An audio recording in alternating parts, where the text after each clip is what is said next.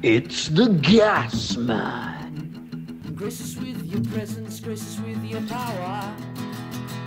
Who's the Messiah? Not an awful lot around there.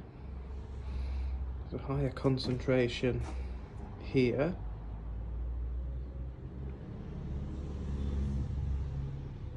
Lowering there.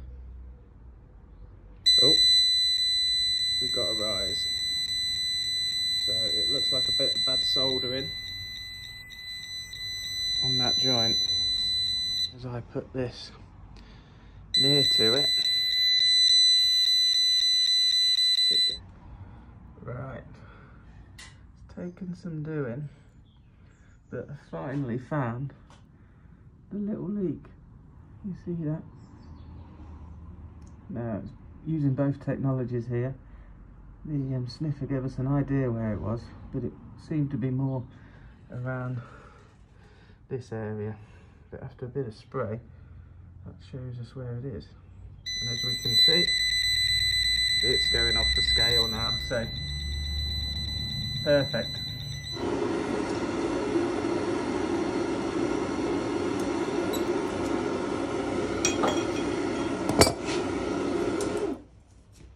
Right, so we've found a leak. I've taken that elbow out and I've soldered another one in, put the meter back in, so we're just going to put a test on now.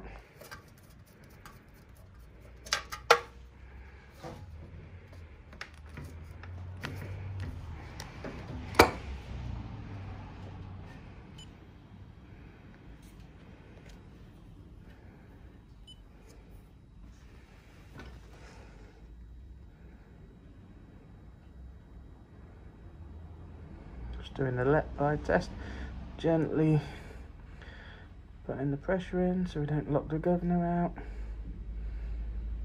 Take that up to 10 millibars. Always the trickiest one to get bang on.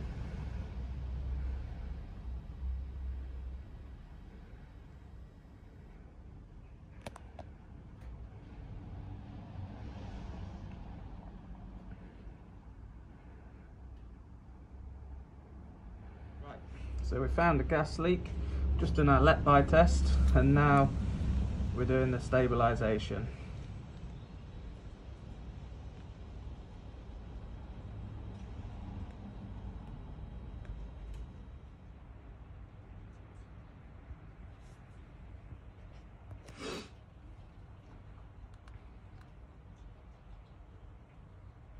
Right, so now we'll do a tightness test. Press start. That's giving it at the top the figure we started with, and that'll be the figure we finish with after the 2 minutes has elapsed.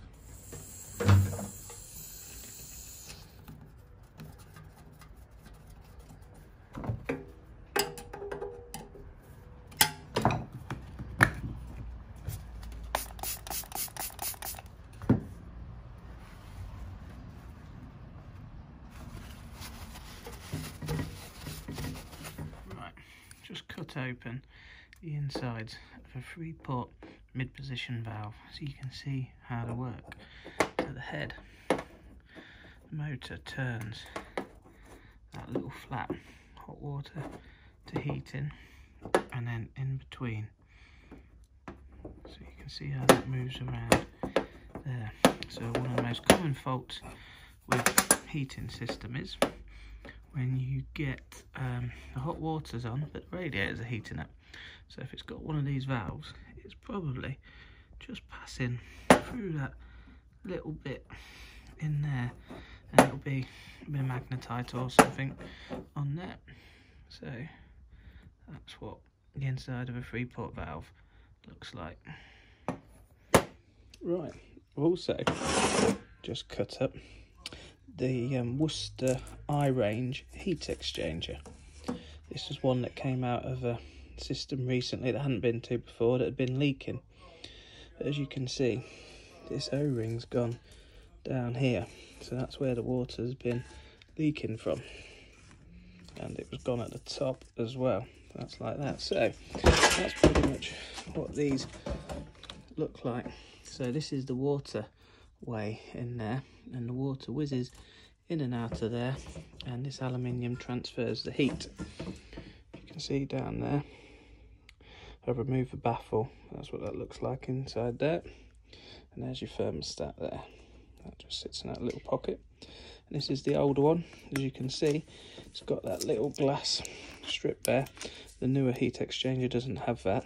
But just be careful of that, because if you're changing the seal around there, that sticks to that sometimes. You could pull it out and you might not have realised it was in there. And then at the bottom of this, you can see that's where your baffle plate sits, and that's the one that gets stuck. So I'd advise never clean, unless you can get that baffle plate out, never cleaning these, because if you poured water down it and that's stuck in, there's not much room for the bits and bobs to come out. So only clean these out with water if you've got that baffle removed. There's the pipe connection at the bottom. Now it's interesting, this one, because I think somebody had been before me with leak sealer and put it in. Now it's been open for a couple of days, but all these bits here have dried up, and that was like a gel like substance around there.